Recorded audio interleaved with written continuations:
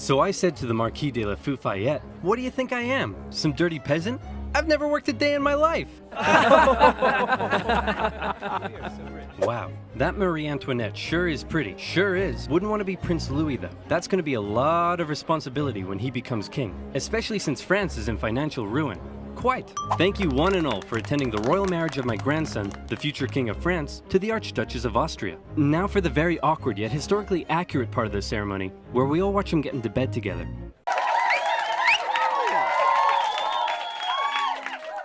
Alright, now that's out of the way, let's leave the royal couple to it. You better give us an heir, you fat, ill-bred boy. Nighty-night. That's gonna be a lot of responsibility. France is in financial ruin. You fat, ill-bred boy. Quite. That's gonna be a lot of responsibility. France is in financial ruin. You fat, ill-bred boy. Quite. That's gonna be a lot of responsibility.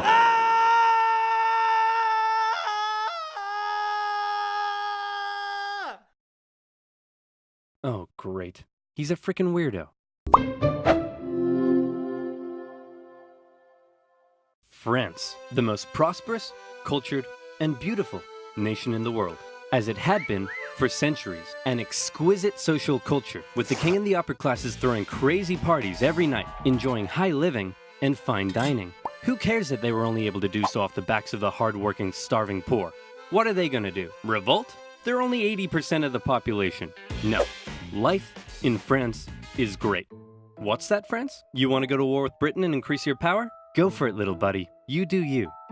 And you lost. Now you're in severe financial debt. We have no money. What do we do? Should we stop partying? Heck no. Party harder. That's okay. The peasantry will pick up the slack. They were created by God to do all the work, and you were created to reap all the benefits and party hard. That's just how society works, and we've all just accepted it for centuries. Why? Why what? Why do the nobility get to be all rich and stuff? Just because they were born into it? And the rest of us schmucks just have to accept that? Hell, why do we even need a king? Who decided that? It all just seems very unfair and unequal, and I, for one, am starting to question it. Wow, that's very enlightened of you. And so began the Age of Enlightenment. Great philosophical thinkers across France and beyond began to question whether this beautiful nation was really all that beautiful after all. Hey, Prince Louis, bad news. Your grandpop died of smallpox this morning, which means, good news, you're now the king. So just to sum up, France is in severe financial debt, and the angry populace are beginning to question how necessary you are. But hey, I believe in you, champ. You got this.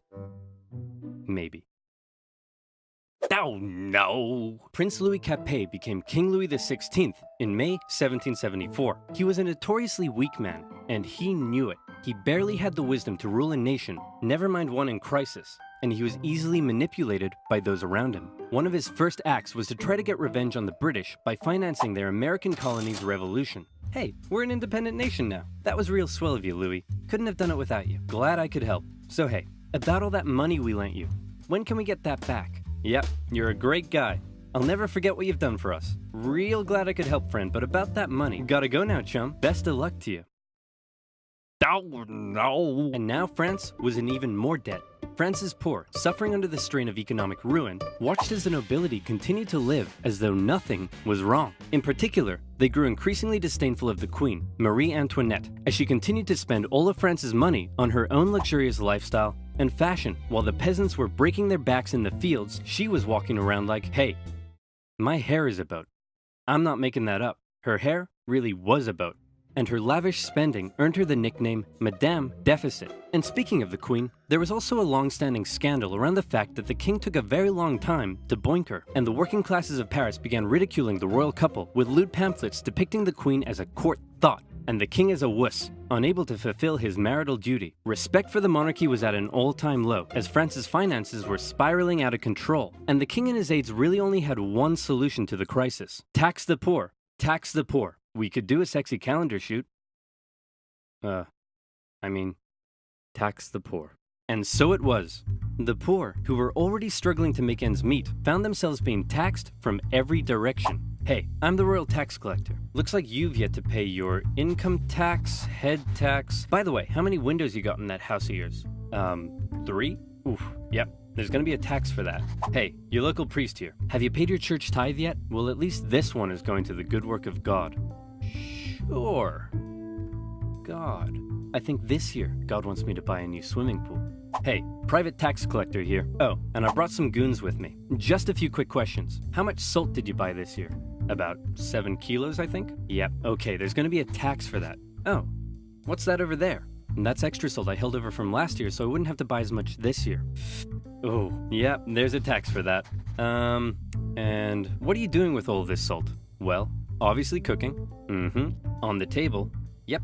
And preserving fish and meat. Oh no. Yep, and there's a tax for that. Hey, how old is he? He's 9. And so he's purchased his required amount of salt for this year, right? What? No, he's 9. Uh-oh. Sorry, little Timmy. Looks like I'm gonna have to tax you for that.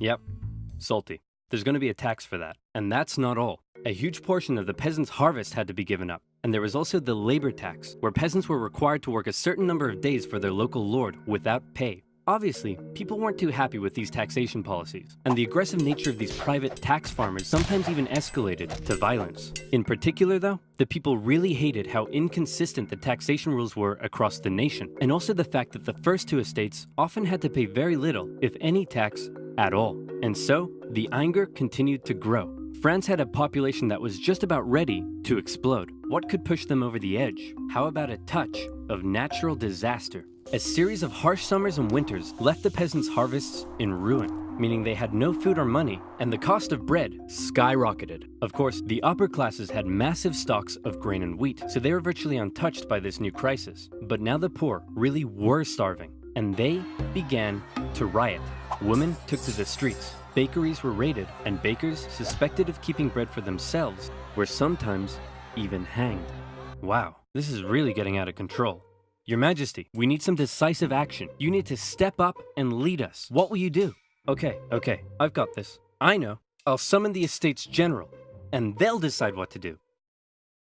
You really are a fat, ill-bred boy. The Estates General was the closest thing France had to a government, apart from the king. It was a purely advisory body, and was rarely summoned. In fact, it hadn't been summoned for 175 years prior to this. But with France in a severe crisis, the king felt the time was right to call on the government to help. The Estates General was made up of representatives from the 3 estates, that is, the clergy, the nobility, and everybody else. Okay, thanks for coming everyone.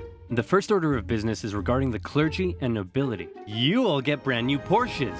You get a Porsche, and you get a Porsche, and you get a Porsche. Everybody gets a Porsche. And now into the second order of business. France is completely out of money. Like, it's never been this bad before. Anyone got any ideas? How about we all get Lamborghinis next time?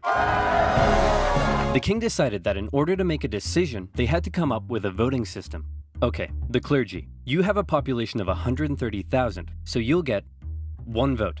The nobility. You have a population of 350,000, so you'll also get 1 vote. And the third estate.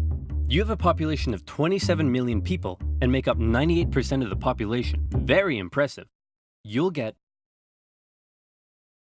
1 vote. The third estate were obviously pretty unhappy with this system because they kept on finding that this would happen. We propose to raise taxes on the third estate. All in favor? All opposed?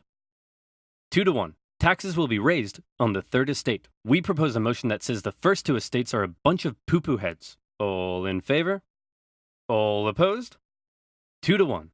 It's official. We are not poo-poo heads.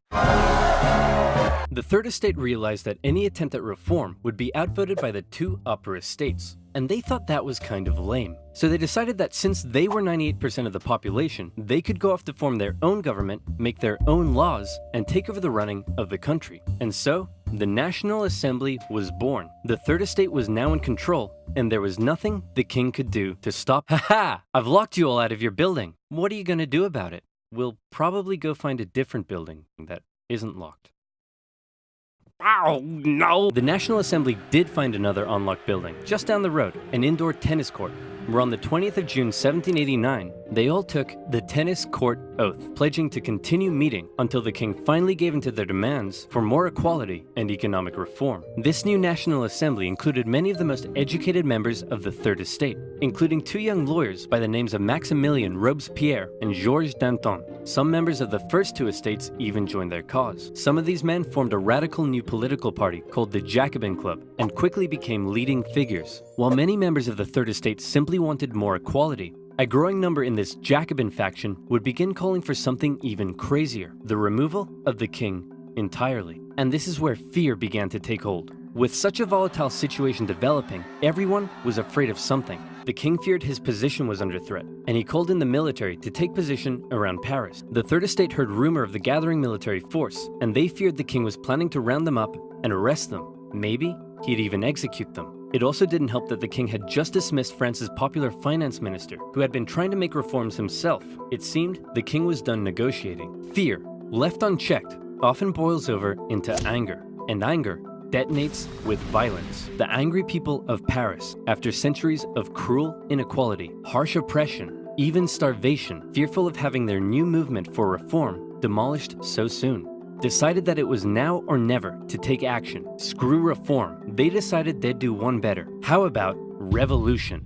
The people of Paris, believing the French military was preparing to attack, decided they should arm themselves. The National Assembly announced the creation of a bourgeois militia, the National Guard, and immediately, many troops from the French military defected over to the revolutionary side. In the early hours of July 14th, 1789, a large crowd stormed and raided the Hôtel des Invalides, a military hospital where they were able to secure a large number of rifles. The bad news was they weren't able to find any gunpowder for their new weapons. The good news was they knew exactly where to get some. A prison fortress and a symbol of royal tyranny towering over Paris, the Bastille. Mid-morning, the crowd gathered around the Bastille and demanded that the man in charge, Governor Delaunay, surrender the prison and hand over the gunpowder. Obviously, Governor Delaunay was like, no way. So he stalled for time by inviting a few members of the crowd in for negotiations. The crowd, still waiting outside, quickly became impatient, and before long, they stormed the fortress, taking on the French troops inside. Your Majesty, we've received word that the people have surrounded the Bastille. Governor Delaunay will hold them off. No need to worry. Actually, Your Majesty, it appears the crowd is now headed away from the Bastille. You see? What did I tell you? Clearly Governor Delaunay has defeated them and has them on the run. No need to worry. Your Majesty, isn't that Governor Delaunay's head on a pike? Well, clearly Governor Delaunay has taken on the form of a bodiless pike-head deity, and the people are so enamored with him, they're parading him around the city. No need to worry at all. When the National Assembly heard about the violence that had taken place, they had two options. Either one, they denounce it and try to carry on the revolution using peaceful means, or two, they say, damn, you stuck his head on a pike? That's pretty hardcore. And we love it. Incidentally, they went with option number two. Some historians believe this reaction paved the way for the utter violence and bloodshed that would become the legacy of the French Revolution. This widespread acceptance of violence during the Revolution is also largely credited to the writings of a certain Jean-Paul Marat, a man of science with a horrible skin condition that kept him confined to a bathtub. He began writing a radical newspaper he affectionately named The Friend of the People. Citizens of France, be very afraid. Given the chance, the king and the nobility won't hesitate to massacre us all. The solution is simple. Execute them. Kill every last one of them. Cut off 1,000 heads, and if that's not enough, cut off 1,000 more. Oh, hey Mr. Squeaky, what are you doing down there? You're so cute. Aw, I love you too, Mr. Squeaky. Mwah. Now where was I? Oh yeah.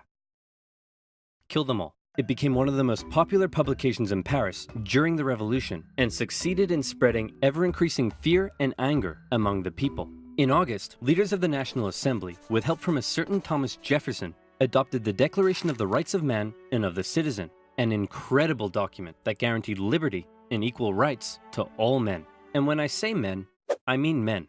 Despite its glaring shortcomings in gender equality, the massively influential declaration would go on to inspire the struggle for liberty and equality across the planet for centuries. However, Back in France, the vast majority of the people weren't really so concerned with enlightened ideas of equality as much as they were concerned with the fact that they were still starving. Bread was still expensive as hell and hard to come by. The people felt that one reason nothing had been done yet about the crisis was because the king simply couldn't see the problem. He lived in Versailles, a full 20 kilometers southwest of Paris, and as a result, lived in comfort, separated from his dirty, stinking subjects. On October 5th, a crowd of women, 7,000 strong, decided they'd do something unprecedented. They decided they'd remove that separation and confront the king directly. The women marched all the way to the king's palace in Versailles. Along the way, the crowd continued to grow into the tens of thousands, and when they arrived, they demanded an audience with the king. What are those things outside the palace? They're poor people, Your Majesty. That's poor people?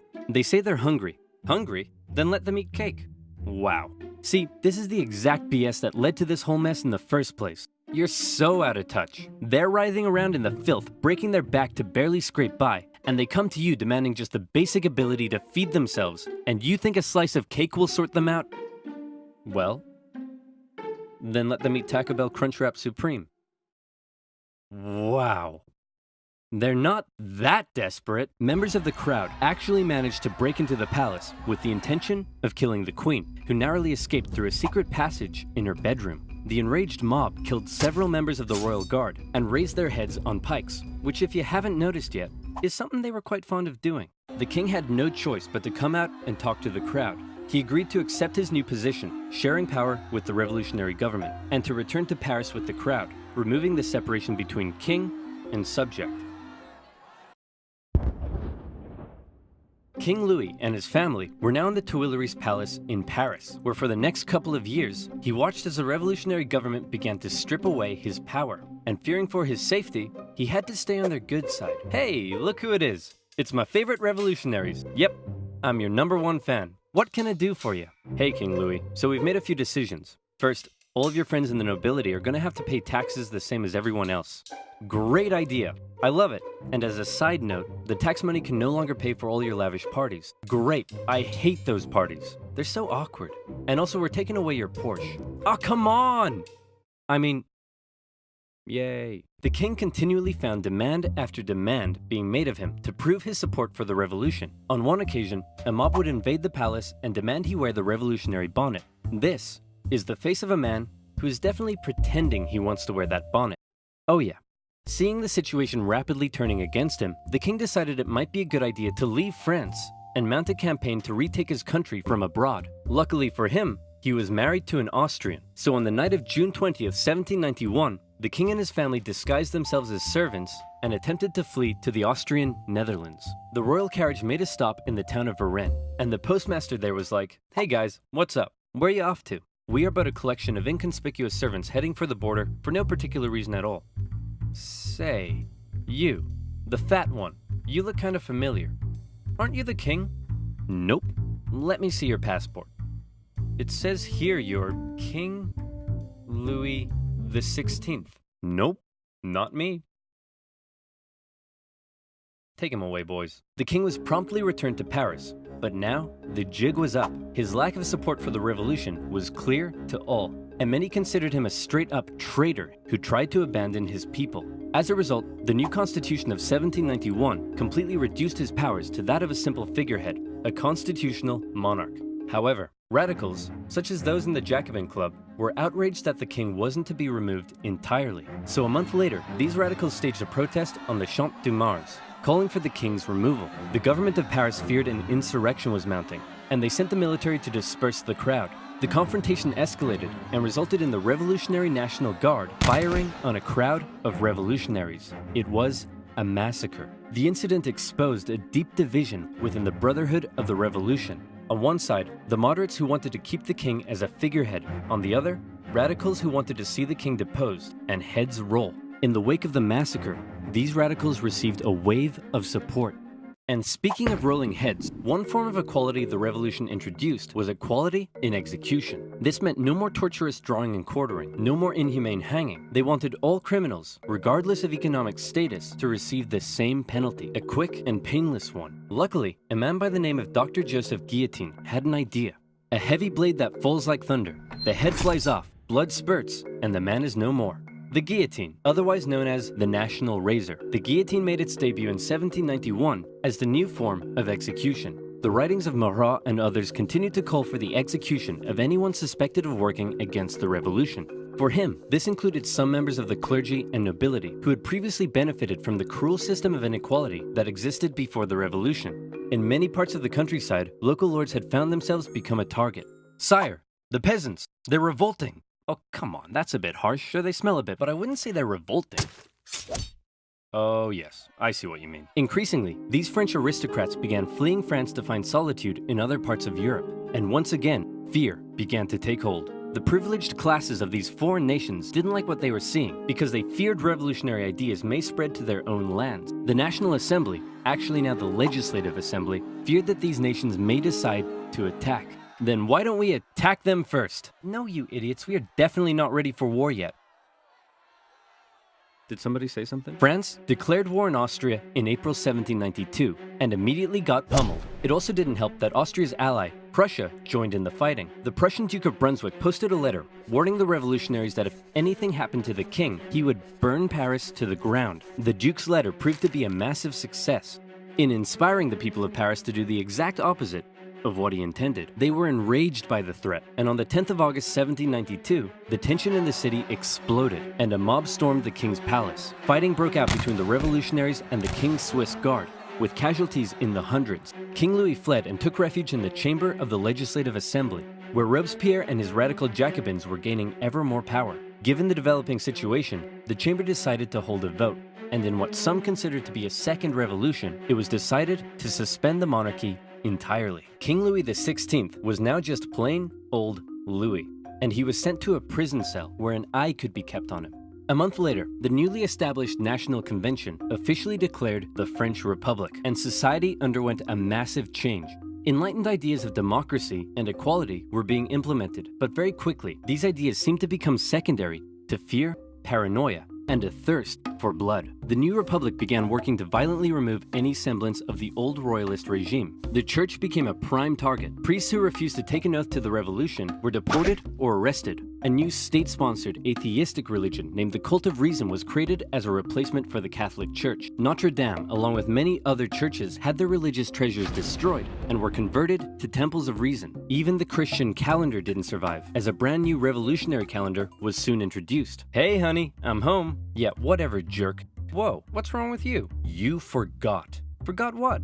Everything. This entire year. My birthday was on the 3rd of Germinal, our anniversary was the 12th of Thermidor, and you promised that in Frimaire, we'd go on a romantic weekend trip to Venice. No, I said we'd do that in December. December hasn't been a thing for years. The government of Paris, now under the control of the radical sans-culottes, began rounding up suspected enemies of the revolution and sending them to prison in the thousands. Naturally, a large number of those arrested were members of the clergy and aristocracy.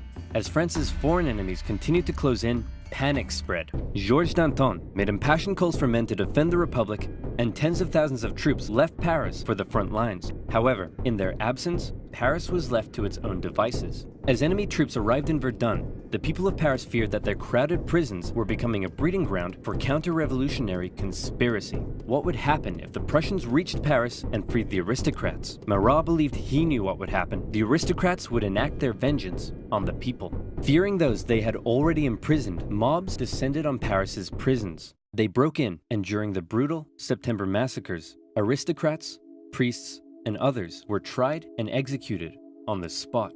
Even women and children weren't spared. With over 1,600 victims, word of the massacre spread across Europe. One British newspaper wondered, are these the rights of man? Is this the liberty of human nature? But there was still one man in particular that Robespierre and his radicals really wanted to see executed. Austria and Prussia pledged that after they defeated France, they'd return King Louis to the throne. Well, checkmate Austria and Prussia, because you can't return a man to the throne if he's already dead. Citizen Louis Capet was put on trial for treason. Obviously, he was found guilty, but his punishment was less certain. Many moderates wanted to simply deport him, but Robespierre insisted the revolution could only live if the king was dead. A vote was held, and by just one vote, Louis was sentenced to the guillotine. If you don't mind, I'd like to say a few words first. Gentlemen, I am innocent of everything of which I am accused. Wait, you're too loud. They can't hear me. Hang on, I haven't finished yet. Wait, dude! uncool. In her prison cell, Marie Antoinette heard the guns fire, signaling her husband's death. Before long, she would meet the same fate. Back on the war front, France defied all expectations and actually managed to push the enemy back. But then more countries joined the coalition against France, and it all went to pot again. What do? Conscript the masses! The National Convention introduced a conscription law, with each regional department having to meet a certain quota of men for the army. However, not everyone was happy with this new law. You see, while Paris was definitely a hotbed for radical revolutionary fervor, some of the regions outside of Paris weren't quite so keen on the revolution. Some were largely still conservative, still supported the church, and just didn't suffer from that much inequality before the revolution. So as the revolution turned increasingly violent and anti-Christian, many were outraged. Now, they were being conscripted to fight for the new republic they hated. That was the last straw. Counter-revolutionary uprisings erupted in a number of regions across France. Some would last for years, such as in the northwest, where a large-scale uprising was led by the Owls. Why were they called the Owls? Because their leader was named Jean Owl. Why was he called Jean Owl? Possibly because he could do a really good impression of an owl. Really? That's what we're going with? Owls? Just because this guy can do an impression of one? Hit him with it, Jean. Hoot hoot. Yeah, okay, that's pretty good. The Chouannerie uprising lasted all the way until 1800. In the summer of 1793, the southern city of Toulon invited the British Navy over for some tea and crumpets. And then they asked if they'd possibly like to stay and occupy the city. Being an important naval base, this was a heavy blow to the Republic, who sent a relatively unknown young captain by the name of Napoleon Bonaparte to help stage the siege of the city. Toulon was recaptured by France in the winter, and for his service, Napoleon was promoted to the rank of Brigadier General. The most infamous counter-revolution, however, occurred in the Vendée region. Throughout 1793, revolutionary forces clashed with the region's Catholic and Royal Army. The Republic defeated the counter-revolution through cruel pacification. In particular, General Jean-Baptiste Carrier committed brutal atrocities. In one instance, he had thousands of civilians, priests, women, and children tied to ships, which were then sunk. Carrier would later be found guilty of war crimes and executed. Back in Paris, the government was still dominated by moderates. With the war going badly, revolts in the provinces, and the economy getting worse, it seemed the government just wasn't doing a very good job. Radicals' fear for the safety of the revolution intensified, and Marat even began calling for the moderates in the government to be executed. In return, the moderates called for the arrest of Marat. This led to a chain of events with the two sides in heated conflict. Robespierre declared the Jacobins to be an insurrection and called on the people to arm themselves. It all ended on the 31st of May 1793, with the National Convention surrounded by radical sans-culottes and 29 moderate Girondin politicians arrested.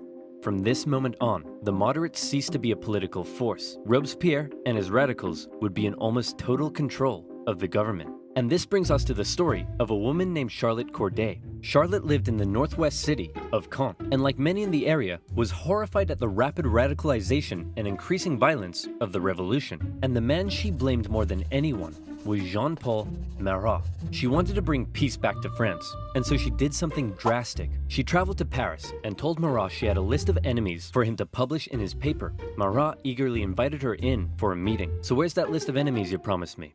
Here it is. Wait a minute, this isn't a list of enemies.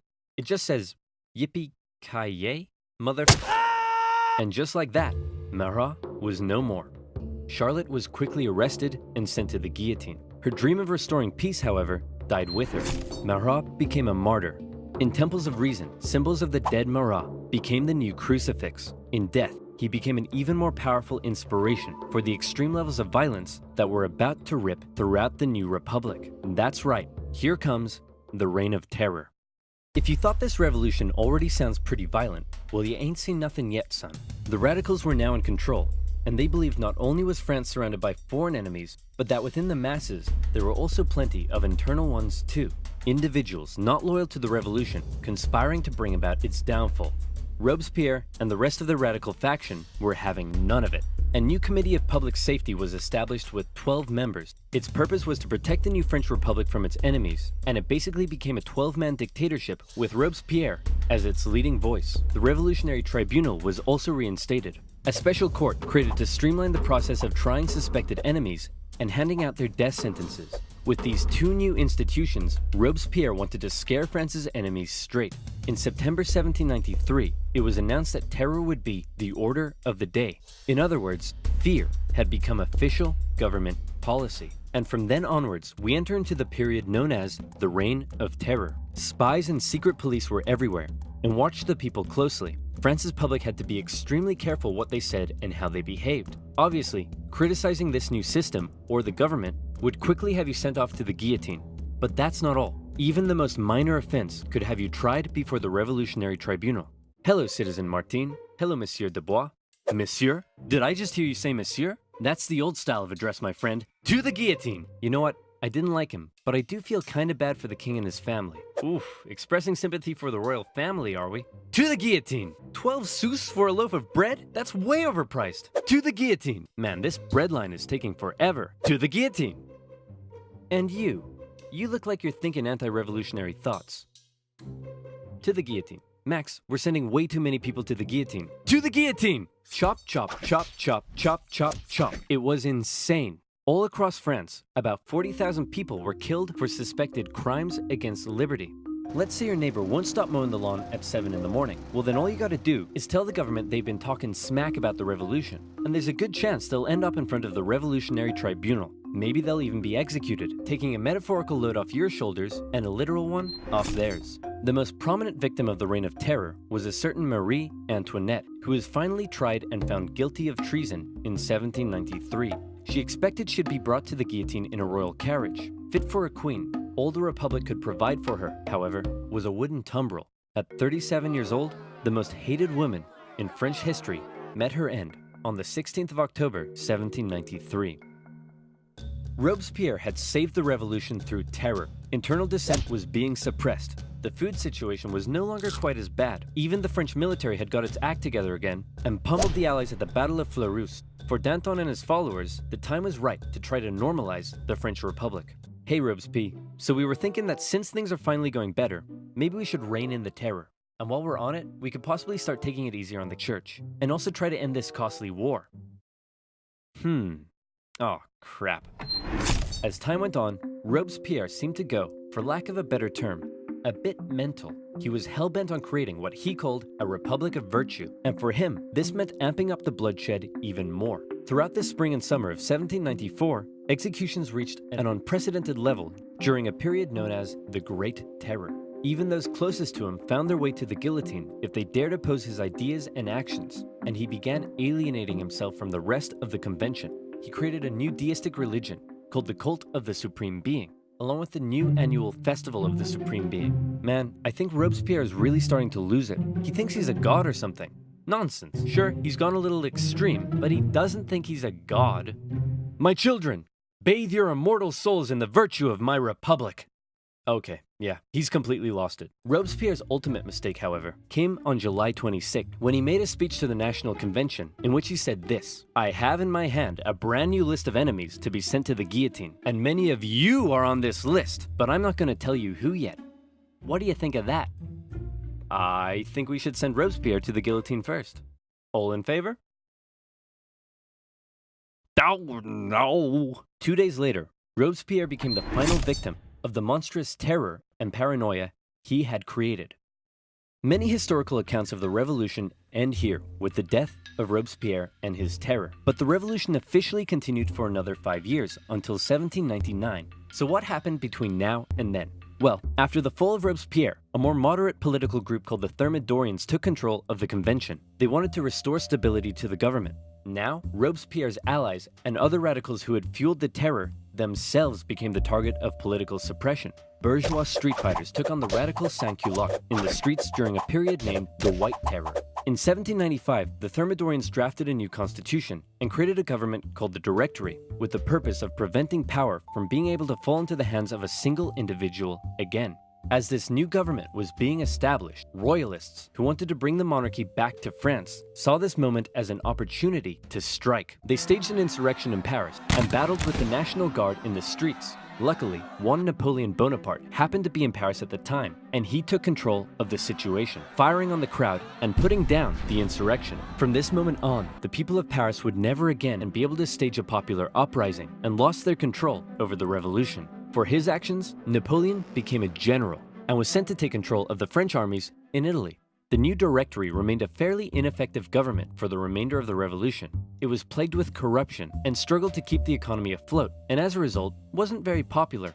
For the people of France, with the strict social customs of both royalist France and the terror gone, they didn't really know what to do with themselves. Men no longer removed their hats when talking to women, different classes began intermingling, and a publication began circulating that looked a lot like a modern dating app.